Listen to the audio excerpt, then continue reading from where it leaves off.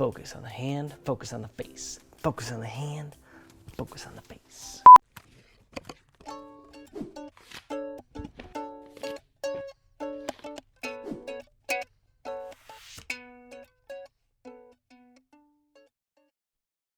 Today we're going to start a conversation about compostable packaging, and we need to begin by really getting terminology right. So you hear about compostable and biodegradable, and a lot of people think they're the same, but they're actually incredibly different.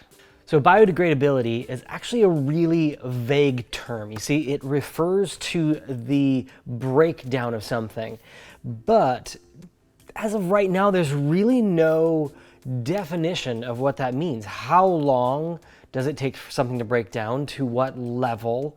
And under what conditions? Is it a damp, hot environment, or is it a dry environment? Is it on the surface? Is it buried? Is it exposed to oxygen?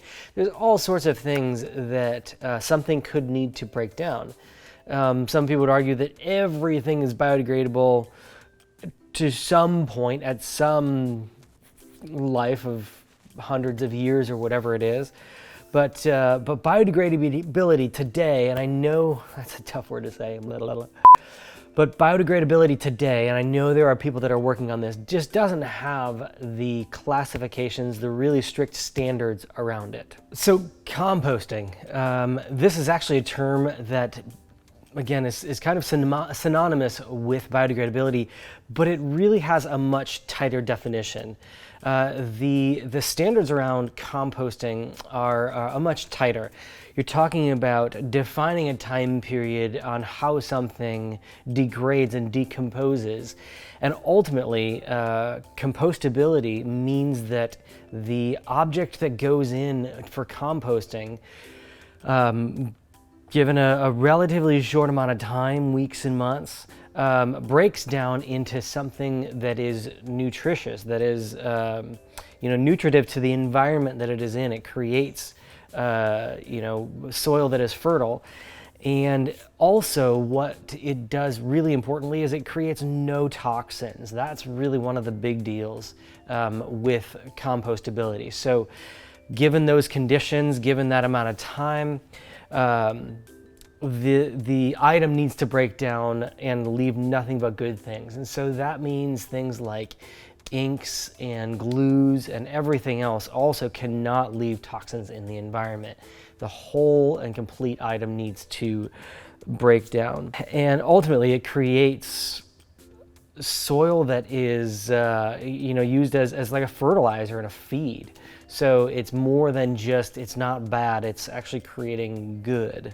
So what conditions do we need to break something down? I mean, the primary ones are, heat and moisture. There are some that get kind of anaerobic, and we're talking about microorganisms.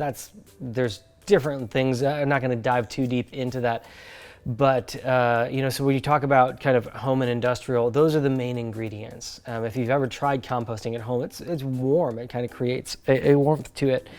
And the better your conditions are, the faster something degrades. Now, when we talk about packaging, in most cases, that packaging is designed to industrial compost. Not that it can't home compost, but it won't necessarily fall under the time frame. In fact, there are a number of industrial composting facilities that don't really even like packaging because it takes a much longer time, right? Maybe it's stretched to the limit of the time frame that it can fall in, and most normal organic waste, yard waste, food waste, things like that goes in, it really can break down very quickly, whereas packaging it kind of stretches the limits of that breakdown.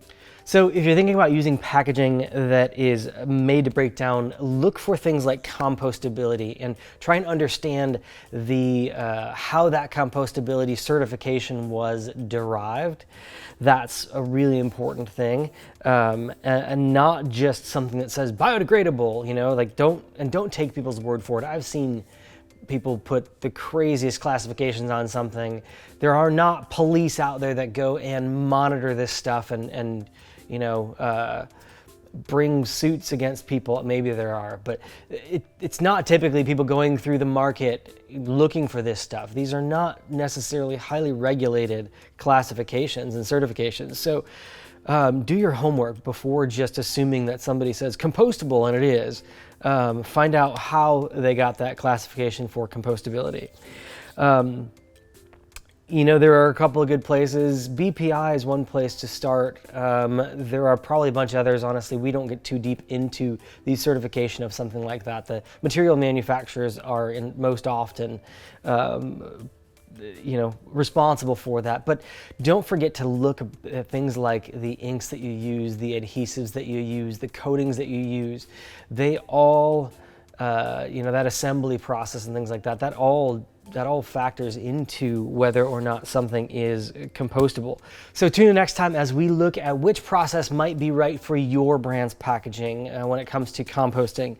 In the meantime, let us know if you have any comments, questions. This is a highly debated topic, so we'd love to hear your comments and thoughts below.